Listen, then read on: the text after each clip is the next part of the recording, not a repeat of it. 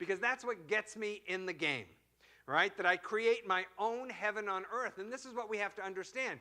We're responsible for that. You know, the highest teaching that Jesus gave was that the kingdom of heaven is within you and that the kingdom of heaven is at hand.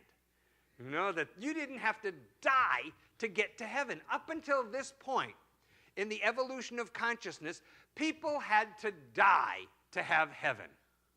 Well, great. Sign me up. You know, take me now. You know, but Jesus said, no, no, no. You know, when he was teaching the next level from what the Buddha came, the Buddha said, yes, there is a way. You know, there is a way that you can have liberation, and it's to follow the eightfold path. And then 500 years later, Jesus comes and says, yes, and here's the great thing. You can have heaven, and you don't have to die to get there. This life can be heaven on earth. We say, how is that possible? Well, it starts by you taking charge of your own evolution, of your own spiritual growth, having dominion over your own mind. You know, I see it again and again. You know, the half-hearted accomplish very little. You know, it's like buying the book but never reading it. That book that you don't read doesn't make much of a difference, does it? You know? Now, if I could just convince myself of that with all these magazines I've saved all these years, you know? Because, you know, only the curable can be cured. And so who are the curable? Well, that's like, you know, I'm curable if I have a receptive, willing, open, believing mind, right?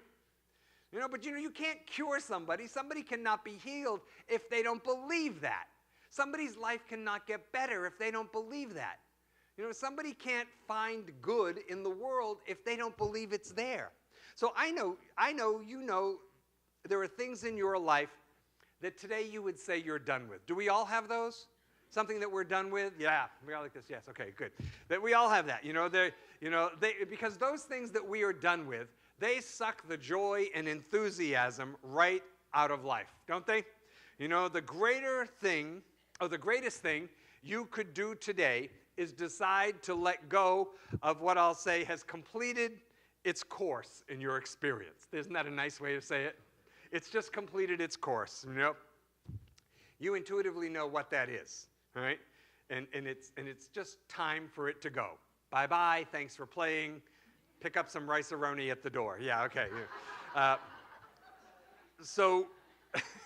Because, and why it has to go is that it's tough for new to come in while the old is still present, right? Because there's no room. But we do know that the universe abhors a vacuum. So when you create space by letting go of something, then there's room for newness to come in. And we have to know that that newness is always of a higher order. Look, God, you do not glorify God by settling. You know, that somehow we have thought that, oh, if I settle, that this is okay, I should just be happy. This is enough. Well, I'm not really miserable, I'm only moderately miserable. You know? So how do we begin to not settle? Well, first of all, you have to raise your standard. You know, it's an infinite universe. It's okay to raise your standard. You know, some people set the bar really, really low in life. Nobody here, but perhaps people we know, right? So I ask you to say for yourself, you have to identify what's your target for your quality of experience. You know, where do you set the bar in your life for health and love and creative expression and contribution to the universe? You know, contribution to making the world a better place around you. And so a good question to sit with is, what has to happen in me to get there? Once you know what the bar is for you, what has to take place in me, in my thinking, in my heart, in my mind, for me to get to that place? What's the consciousness I have to have? What do I have to then do in the world, right?